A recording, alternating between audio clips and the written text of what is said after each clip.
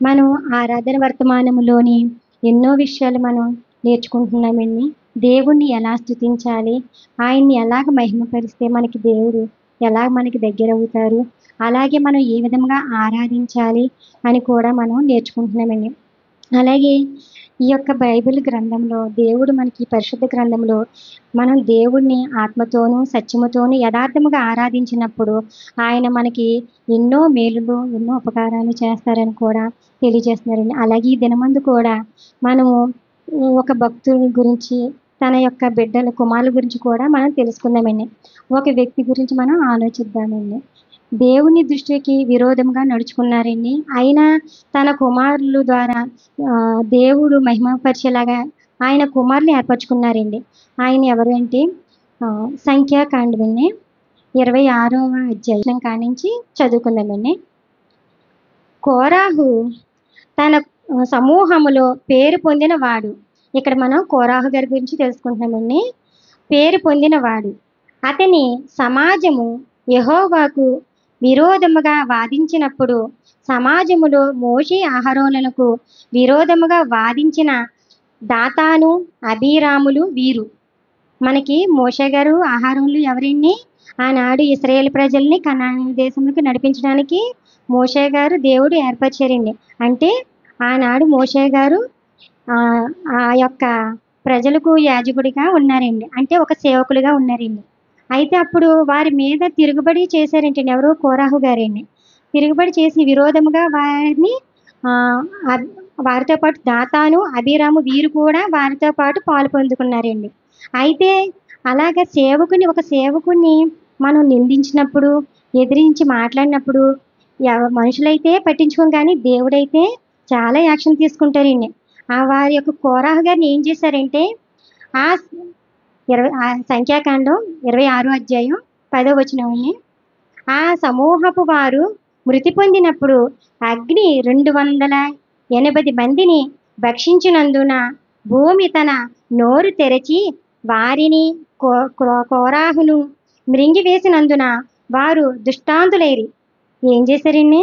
ఒక సేవకుడిని మనం ఎన్నో మాటలు అనడం వల్ల దేవుడు ఏం చేశారు? అగ్నితో దహించేశారండి. అగ్నితో మృంగివేసి వారిని దుష్టాంతం చేశారు. అయితే కోరాహు కుమారుల మట్టికి చావలేదండి. తండ్రి తన మాటల్లో అనటం వల్ల కుటుంబమునే నాశనం చేయాలనుకున్నారు. కానీ దేవుడు ప్రేమ స్వరూపి, ఎంతో కనికర పూర్ణుడు గనక తన యొక్క కుమారుల మట్టికి రక్షించారండి. రక్షించిన వారిని ఎప్పుడూ కూడా దేవుడు విడిచిపెట్టలేదండి.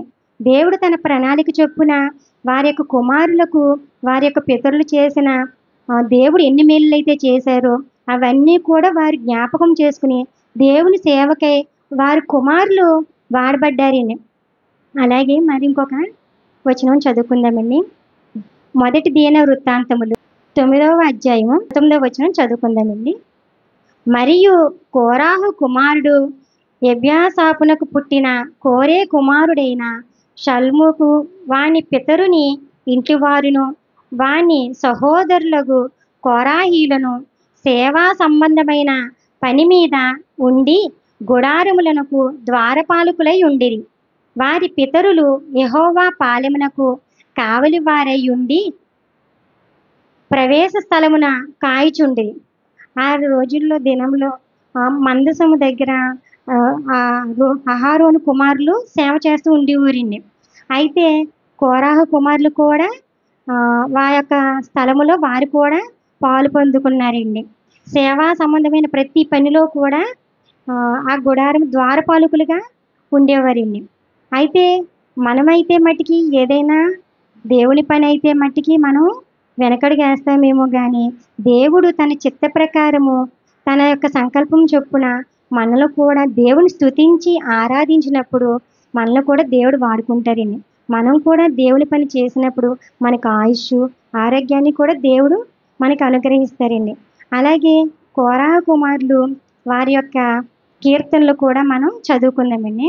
కోరాహు కుమారులు గారు వారి యొక్క కుటుంబం ద్వారా మొత్తం 11 కీర్తనలు రాశారండి. అందులో 42వ కీర్తన, 44వ కీర్తన, 45, 46, 47, 48 అలా 49 84, 85, 87, 88 కీర్తనలు ఇవన్నీ కూడా కోరాహు కుమారులు రాశారండి. అందులో మనం ఒక కీర్తన మనం చదువుదామండి. యెహో కీర్తన రాసిన అధ్యాయములు కీర్తనకారులు 88వ అధ్యాయంలో చదువుదామని. కీర్తనలు. యెహోవా నాకు రక్షణకర్తవగు దేవా, రాతివేళ నేను నీ సన్నిధిని మొరపెట్టువాడు నా ప్రార్థన నీ సన్నిధిని చేరునుగాక. నా మొరకు చెవియొగ్గుము. నేను 88 నా మొరకు చెవియొగ్గుము. నేను ఆపదలతో నిండియున్నాను. నా ప్రాణము పాతాళమునకు సమీపించి ఉన్నది. సమాధిలోనికి దిగువారిలో నేనొకనిగా ఎంచబడితిని. కోరాహ గారి కుమారులు ఏమంటున్నారండి? యెహోవా నా రక్షణకర్తవగు దేవా అని స్తుతిస్తున్నారండి. అంటే మనం ఆ మాట అనాలంటే మనకి రక్షణ ఇచ్చింది ఎవరండి? మనం ఎల్లప్పుడూ కూడా ప్రతి నిత్యము కూడా ఆయన్ని స్తుతించాలి, ఆరాధించాలండి. ఆయన ఆరాధించినప్పుడు ఆయన ఎల్లప్పుడూ కూడా ఆత్మతోనూ సత్యముతోనూ ఆరాధించినప్పుడు ఆయనకు మనకు సమీపంగా ఉంటారని ఆయన యొక్క పరిశుద్ధ గ్రంథంలో తెలియజేశారండి. కోరాహ కుమారులు అలాగే ఇంకొక అధ్యాయంలో కూడా తన యొక్క పితరులు చేసిన మేలులను కూడా వారు జ్ఞాపకం చేసుకుంటున్నారండి. వారు చేసిన మేలును తలంచుకుంటూ అవన్నీ జ్ఞాపకం చేసుకుంటూ ఆయన్ని ఎంతగానో స్తుతించారండి. ఆయన ఆరాధించడంలో ఆయన్ని సేవ చేయడంలో కూడా వారిని ఎప్పుడూ కూడా మనం తక్కువగా చూడకూడదండి. అలాగే 49వ కీర్తన కూడా మనం కీర్తన గ్రంథం 49వ కీర్తన చదువుదాం. సర్వజనులారా ఆలకించుడి. సామాన్యులేమి, సామంతులేమి, ధనికులేమి, దరిద్రులేమి, లోక నివాసులారా మీరందరూ ఏకముగా కూడి చెవియొగ్గుడి. నా నోరు విజ్ఞాన విషయములను పలుకును. నా హృదయ జ్ఞానము పూర్ణ వివేకమును గూర్చినదై ఉండును. చూసారండి, ఆయన సర్వజనులకి కూడా ఆయన ఎవరు మాటలండి? సర్వాది దేవుడైన ముల్లోకాల్ని పరిపాలించే దేవుణ్ణి ఆయన యొక్క సువార్తను ప్రతి ఒక్కరిని కూడా ఆలకించమంటున్నారండి. సామాన్యులేమి, సామంతులేమి, ధనికులేమి, దరిద్రులేమి, లోక నివాసులేమి. మనలో కూడా సామాన్యులున్నా ధనికులున్నా ప్రతి ఒక్కరున్నాం. అయితే బట్టికి అందరూ ఎక్కడ కూర్చున్నాం? సమానంగా కింద కూర్చుని మనం దేవుణ్ణి ఆరాధిస్తున్నామండి. అలాంటప్పుడు దేవుడు మనకి ఎంత విజ్ఞాన విషయంలో కూడా ఆయన పలుకును.